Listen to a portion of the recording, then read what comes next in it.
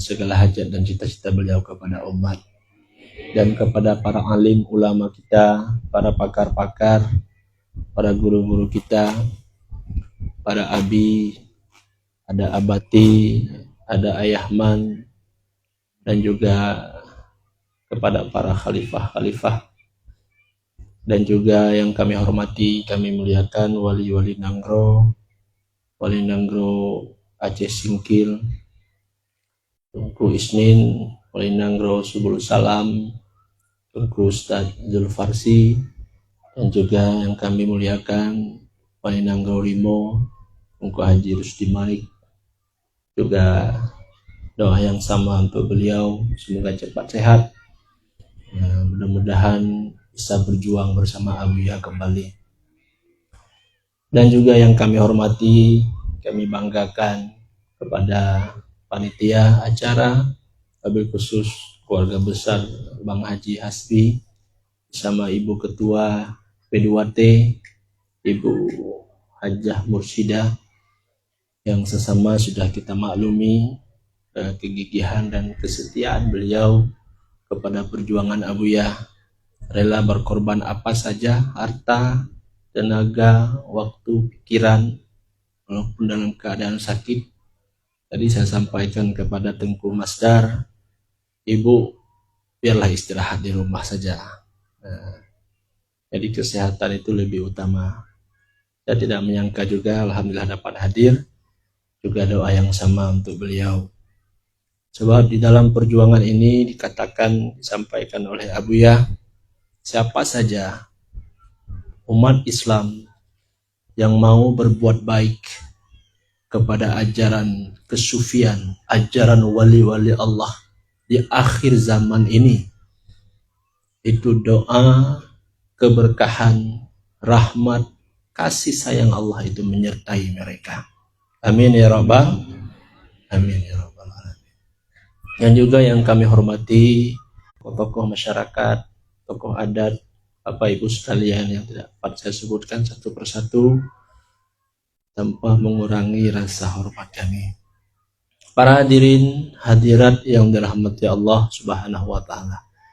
Di dalam momen Muharram ini, tahun baru Islam, tentu kita bercita-cita bagaimana disampaikan oleh Ustadz Suherman Khalifah kita tadi, kita harus dapat hijrah.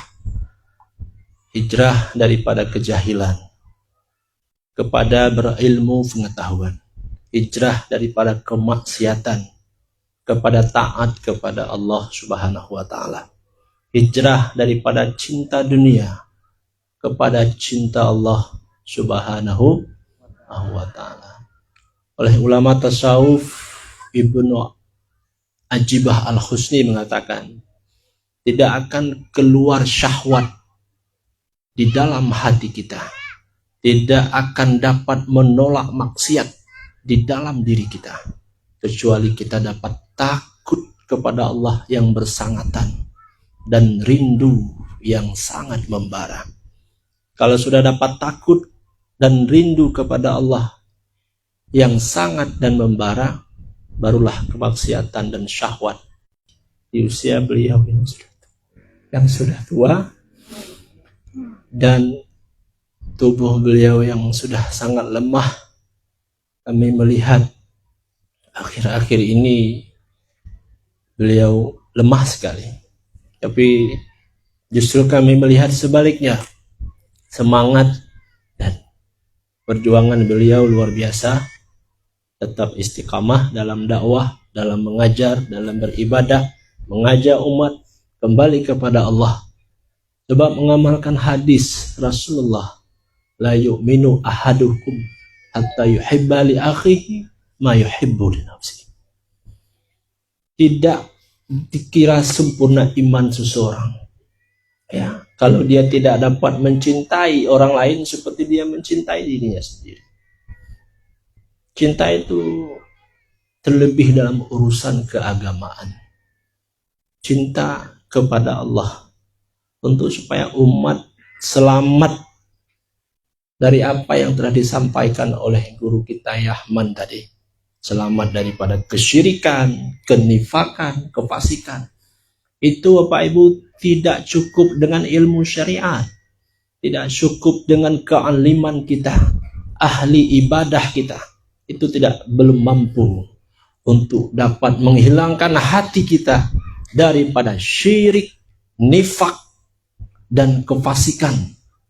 Cinta dunia tidak akan mampu, melainkan satu-satunya dengan ajaran tauhid tasawuf, ajaran para wali-wali Allah. Maka ajaran tauhid tasawuf ini tidak hanya kita dapat dengan membaca saja, mendengarkan saja, tidak dapat, melainkan kita harus dapat hormat, taslim, suhbah, khidmat, berkorban kepada ahlinya, kepada ajaran kesufian ini. Barulah ya cahaya-cahaya daripada para masyayikh, para wali-wali Allah itu sampai terlimpah kepada kita semua, terutama kepada masyarakat Aceh sering singkil ini disebut oleh Abu ya. Dari banyak seperti yang disampaikan lebih 50 orang. Itu juga ada di Sulawesi, di Manado, di Gorontalo, di Binjai, di Padang, di Aceh, di Alubili. Itu banyak Kristen-Kristen yang masuk Islam melalui ajaran tauhid tasawuf. Abia membuat posko seperti Tauhid Irfani sini di bawah kepimpinan Sunan Bonang, dan banyak posko-posko baik itu di Aceh, di luar Aceh, setiap kabupaten, setiap kecamatan, bahkan sampai ke Malaysia ada posko MPTT dengan luas tanah 4 hektar, dibangun bangunan kalau uang kita lebih 4 miliar. Itu menjadi sentral ajaran kesufian di tingkat Asia Tenggara. Ada yang sifatnya hibah, ada yang wakaf, ada yang macam-macam. Itu sebagai bentuk cinta dan kasih sayang umat terhadap ajaran tasawuf dan kesufian ini. Para hadirin hadirat yang dirahmati Allah Subhanahu wa ta'ala. Maka oleh Sayyidina Ali karamallahu wajhah, saya duduk bertemu dengan Rasulullah, beliau bertanya, "Ya Rasulullah, apakah jalan bagi si hamba untuk dia bisa dekat dengan Allah? Jalan yang mudah, jalan yang lebih baik untuk bisa dia dekat dan sampai kepada Allah Subhanahu wa ta'ala." Maka oleh Rasulullah menjawab kepada Sayyidina Ali, "Ya Ali, jalannya tidak ada lain. Alaika bimudawwamati dzikrillah." Berkewajiban di atas engkau wahai Ali dengan melazimkan zikir kepada Allah Subhanahu wa ta'ala. Ditanya lagi oleh si Ali, "Ya Rasulullah, bagaimana caranya saya berzikir?" "Ghammid ainaka." Pejamkan olehmu kedua matamu. Lalu katakan, "La ilaha illallah. La ilaha illallah. Adzikru miftahu libabil hadrah." Zikir itu adalah sebagai anak kunci pintu hadrat ilahi Rabbi. Untuk kita bisa dekat kepada Allah, jalannya zikir. Maka ulama tasawuf juga mengatakan, jangan sekali-kali kamu tinggalkan zikir, terutama zikir lisan. Zikir la ilaha illallah, ratib dapat mengingat Allah. Mudah-mudahan dengan zikir lisan, Allah membuka hati kita untuk kita dapat berzikir melalui hati, daripada zikir lisan kepada zikir hati, zikir yang lalai kepada zikir yang terbangun hatinya mengingat Allah, dari zikir yang terbangun hatinya mengingat Allah kepada zikir yang hudur bersama Allah, daripada zikir yang hudur kepada zikir ma'al ghaibah, dia bersama Allah Subhanahu wa ta'ala. Para hadirin hadirat yang dirahmati Allah, Abu Ya mengatakan zikir itu lebih baik zikir daripada kita bersedekah. Lebih baik zikir ketimbang kita berperang dengan orang kafir. Ya. Makanya untuk mengamalkan ajaran tasawuf kesufian ini, untuk dapat menghilangkan penyakit-penyakit ini, antara lain adalah melalui latihan zikir. Jadi latihan zikir ini harus dibimbing oleh seorang mursyid. Jadi agama ini jalan, Allah sebagai tujuan. Jadi kalau tujuan kita, kalau kita buat contoh, mau ke Pauh, ya, atau mau ke Medan umpamanya, tentu harus ada pembimbing jalan, ada ada sopir. Sopir itu tentu yang menguasai jalan, tahu dia kemana arah tujuan. Jangan nanti tujuan ke Pauh baru di tapak tuan sudah dibilangnya Pauh. Oh, berarti supir ini belum tahu tujuan. Nah, bahkan kadang-kadang tujuan ke Pauh, tapi kepala mobilnya ke Sibolga. Mana ada sampai ke Pauh. Begitu jugalah masalah agama ini. Karena dalam agama pembimbing itu dikatakan dengan mursyid. Beliaulah yang mengirsyadkan kita semua untuk dapat kita kembali kepada Allah Subhanahu wa ta'ala. Ibu-ibu, kita dulu sebelum roh kita ditiupkan ke dalam jasad kita, jadi roh kita itu bersama Allah, dia taat, patuh dia kepada Allah. Di saat roh kita ditiupkan oleh Allah ke dalam jasad kita, dalam rahim ibu kita, maka disitulah kita mulai terhijab kepada Allah. Kita lebih mementingkan kehendak jasad, kehendak tubuh ketimbang kehendak Allah. Apa kehendak jasad, kehendak tubuh? Makan, minum, beristri, beranak pinak, mencari rezeki, mengumpulkan harta, mencari pangkat, jabatan, kemuliaan. Itu kehendak tubuh, kehendak nafsu. Kehendak tubuh, kehendak nafsu.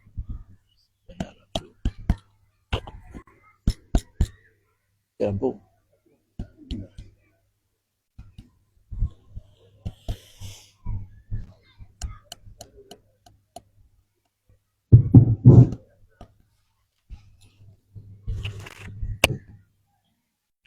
Maka oleh karena itu para hadirin hadirat sekalian, kita senantiasa harus dapat kembali. Yang pertama adalah dengan jalan bertobat kepada Allah.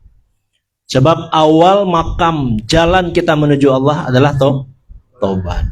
Maka tobat ini 3 buah rukun tobat baru betul dikira orang itu bertobat kepada Allah. Yang pertama, dia bertobat dengan lidah, istighfar kepada Allah, minta ampun kepada Allah. Yang kedua, dia bertobat dengan hati, menyesal. Jangan kita bertobat, lidah kita istighfar, tapi hati kita tidak menyesal dengan dosa-dosa yang telah pernah kita lakukan. Kita ingat dosa apa yang mau kita minta ampun itu dosa apa? Dosa menipu orang, dosa mencuri, dosa berzina dan sebagainya. Kita ingat secara gamblang. Timbul rasa penyesalan di dalam hati kita bahwa kita betul mau bertobat kepada Allah dan berjanji supaya kita tidak mengulangi kembali. Dan yang ketiga, barulah bertobat dengan anggota. Setelah dengan lidah, dengan hati, lalu dengan anggota. Dan anggota dengan pengertian, kalau kita umpamanya mempunyai hutang, harus kita lunasi hutang dulu. Jangan kita istighfar aja, menyesal aja, hutang nggak kita bayar. Ya kan? Begitu juga umpamanya kita memukul orang. Ya. Juga demikian, di samping kita istighfar, menyesal, kita harus minta maaf kepada orang yang kita sakiti. Nggak memada dengan menyesal aja. Kemarin sudah saya pukul si fulan, sudah saya sakiti dia, sudah saya fitnah dia. Itu melainkan kita harus wajib minta maaf kepada orang yang kita sakiti. tidak diampuni oleh Allah dosa manusia, ya, kecuali kita dapat meminta maaf kepada orang yang telah kita sakiti. Para hadirin yang dirahmati Allah, di samping bertobat, kita selalu bersyukur kepada Allah. Bersyukur ini juga ada 3 rukun di dalam kita bersyukur. Yang pertama, bersyukur dengan lidah, mengucapkan alhamdulillah. Alhamdulillah. Yang kedua, kita bersyukur dengan hati. Kita merasakan, mengiktikadkan di dalam hati kita bahwa bulan, kalau nggak ada si bulan yang memberikan, ya nggak dapat juga saya. Itu namanya syirik khafi. Hati-hati Bapak Ibu. Syirik ini dosa yang paling besar. Itu dosa apa dulu? Dosa syirik. Kalau dosa lain itu dengan kepemurahan, fadl, rahmat dan kasih sayang, itu mudah Allah ampuni. Tapi kalau dosa syirik jangan main-main. Maka disinilah Abuya bersikukuh, berpayah-payah, ya, masuk ke lembah-lembah, ke kampung-kampung, baik ke kota, ke desa, memperjuangkan umat supaya terbebas daripada syirik, nifak, dan cinta dunia. Kenapa saya beribadah tidak pernah khusyuk kepada Allah? Karena hati terlalu condong kepada dunia, tidak pernah mengingat mati. Hati berbunga-bunga kepada dunia. Jadi yang dilarang oleh Rasulullah bukan cinta, bukan berdunia, tapi yang dilarang adalah cinta dunia. Boleh berdunia, banyak mobil, banyak pangkat, banyak istri, boleh juga boleh. Nah, yang intinya kita tidak boleh tersangkut kepada selain Allah. Hati kita hanya tersangkut kepada Allah subhanahu wa ta'ala. Maka disinilah Bapak Ibu, ya, apa yang ada pada kita. Tadi apa tadi? Bersyukur dengan hati. Berarti yang ketiga, bersyukur dengan anggota. Jadi bersyukur dengan anggota, apa yang ada pada kita, baik pangkat, jabatan, harta, anak, istri, itu semua kita bawa jalannya kepada Allah subhanahu. Ada harta, pergunakan untuk agama Allah. Ada anak, kita antar mengaji ke pesantren mana? Pesantren Tauhid Irfan. Nah, dan pesantren yang lain, kawan-kawan di Tauhid Tasawuf. Intinya ada belajar agama. Itu sebagai bentuk rasa syukur kepada Allah. Rasa syukur suami kepada istri apa? Suruh atau berikan waktu istri untuk pergi ya nggak marah-marah.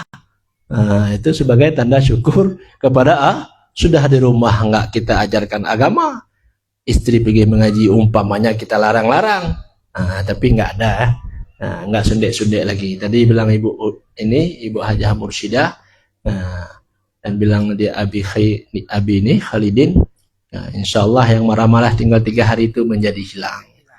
Amin ya rabbal alamin.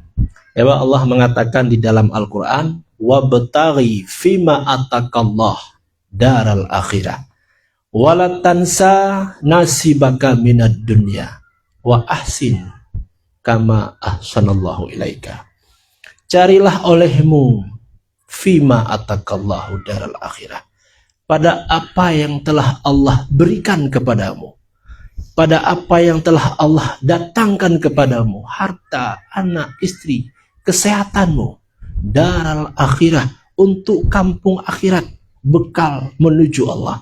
Wala tansa nasibaka minad dunya, bagianmu dari dunia, manfaatkanlah waktu sehatmu sebelum datang waktu sakit. Ini waktu sehat malas datang, kalau udah sakit-sakit baru datang. Tapi seperti wali budi kita, Ibu Hajah Mursyidah dan yang lain, walaupun sakit-sakit tetap datang. Itu sebagai hamba Allah yang beriman kepada Allah subhanahu wa ta'ala. Para hadirin hadirat yang dirahmati Allah subhanahu wa ta'ala, wa man ahsanu dinan mimman aslama wajahahu lillahi wa huwa muhsin. Siapa yang lebih baik agamanya di sisi Allah, ialah orang-orang yang telah dapat menyerahkan zatnya untuk Allah subhanahu wa ta'ala. Nah, dan dia selalu mengamalkan ajaran ihsan. Dia selalu berbuat baik kepada Allah, berbuat baik kepada sesama. Mudah-mudahan masyarakat Aceh Singkil ini menjadi percontohan daerah tauhid tasawuf untuk dapat dicontoh di daerah-daerah yang lain. Mungkin itu